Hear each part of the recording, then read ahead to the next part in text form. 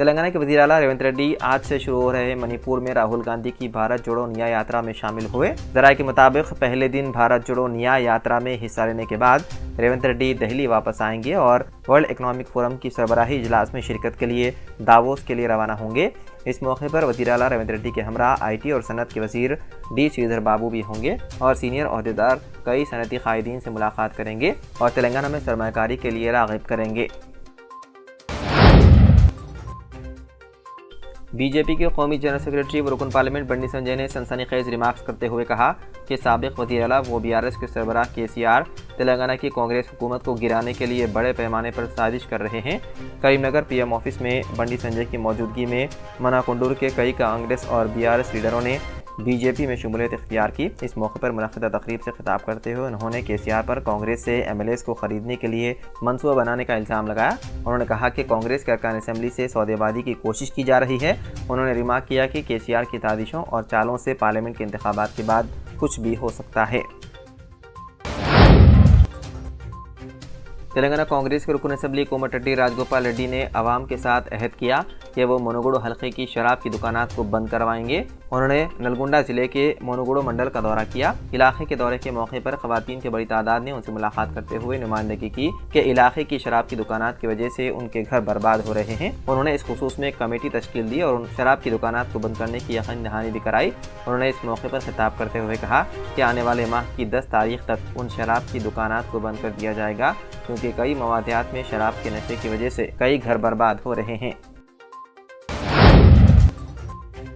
हैदराबाद में पतंग के मांझे से एक फौजी जवान की हो गई मौत। यह अफसोसनाक वाक़या लंगरहौद पुलिस स्टेशन हुदूद में पेश आया। तफसीलात के मुताबिक विशाखापट्टनम के पेद्दा वलथाड़ू गांव के 30 साला कोटेश्वर राव लंगरहौस के फौजी अस्पताल में फौजी ऑफिसर के तौर पर काम कर रहे थे और वो अपने खानदान के साथ लंगरहौस बापू नगर में रहते थे। कोटेश्वर राव अपनी ड्यूटी पूरी करने के बाद बाइक पर मकान जा रहे थे कि लंगरहौस में इंदिरा रेड्डी फ्लाईओवर पर पतंग के मांझे से उनकी गर्दन कट गई, जिससे वो शदीद जख्मी हो गए। उन्हें मुकामी मिलिट्री अस्पताल ले जाया गया, जहाँ वो जख्मों से जामर ना हो सके।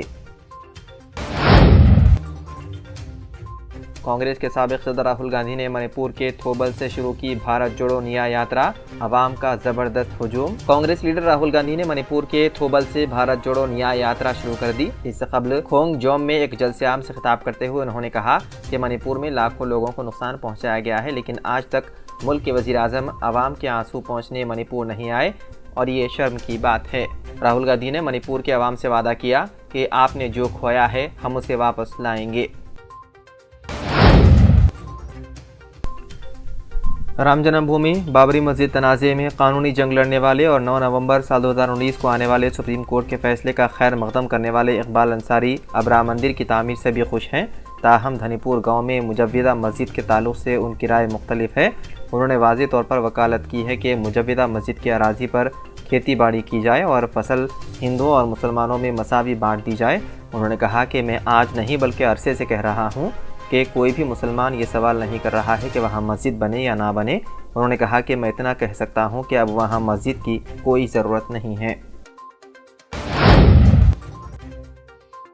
दिल्ली के वज़ीर आला अरविंद केजरीवाल को ईडी का चौथा समन किया गया जारी। 18 जनवरी को पूछताछ के लिए हाजिर होने की दी गई हिदायत। ईडी ने एक बार फिर दिल्ली के वज़ीर आला अरविंद केजरीवाल को समन भेजा है और उन्हें 18 जनवरी को पूछताछ में शामिल होने के लिए तलब किया है।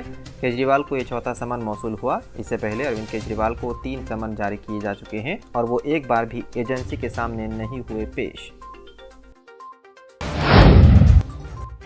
इजरायली वज़ीर आज़म नेतन्याहू ने आलमी अदालत का फैसला आने से पहले ही उसे मानने से इनकार करते हुए कहा कि इसराइल आलमी अदालत के फैसले के बाद भी बाज नहीं आएगा। गाज़ा में जंग जारी रखी जाएगी। रिपोर्ट के मुताबिक हैग में आलमी अदालत इंसाफ में गाज़ा में होने वाली इसराइल की नस्लकशी पर जनूबी अफ्रीका और इसराइल के दलाइल सुने गए।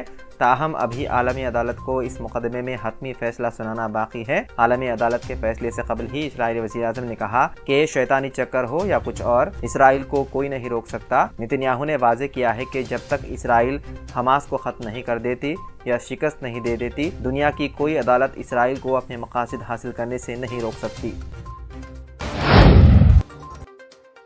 गूगल कंपनी ने सैकड़ों मुलाजिमीन को कर दिया बरतरफ। दुनिया की मारूफ टेक्नोलॉजी कंपनी गूगल ने इंजीनियरिंग और हार्डवेयर के मरकजी शोबे से वाबस्ता सैकड़ों मुलाजिमीन को नौकरी से बरतरफ कर दिया। रिपोर्ट के मुताबिक तर्जुमान गूगल ने मज़कूरा छटनियों की तस्दीक करते हुए कहा कि गूगल का इस इक़दाम का मकसद अपनी कारकर्दगी को मज़ीद बेहतर बनाना है। उनका कहना है कि गूगल का यह इक़दाम लागत में कमी की ताज़ा तरीन कोशिश है ताकि कोरोना के आलमी वबा के दौरान कंपनी पर पड़ने वाले असरात पर काबू पाया जा सके। गूगल ने मसनूई ज़हानत यानी AI, चैटबोट और बड़े लैंग्वेज मॉडल जिमनी जैसे प्रोडक्ट्स लॉन्च करने जैसे शोबों में तरक्की को तरजीह देने पर भी अपनी तवज्जो मरकूज़ कर दी है, क्योंकि माइक्रोसॉफ्ट और अमेज़ॉन जैसी हरीफों के साथ मुकाबला करने के लिए कोशां हैं। न्यूजीलैंड की साबिक वज़ीर-ए-आज़म जेसिंडा अर्डर्न ने अपने देरीना दोस्त से शादी कर ली। रिपोर्ट के मुताबिक न्यूजीलैंड की 83 साल साबिक वज़ीर-ए-आज़म जेसिंडा अर्डर्न की उनके पार्टनर क्लार्क गैफोर्ड के साथ शादी की तकरीब में करीबी रिश्तेदारों और दोस्तों ने शिरकत की। जेसिंडा अर्डर्न ने शादी की तस्वीर सोशल मीडिया पर जारी कर दी। जेसिंडा अर्डर्न और क्लार्क की शादी 2022 में होनी थी, जिसे कोरोना की वबा के बाइस मनसूख कर दिया गया था।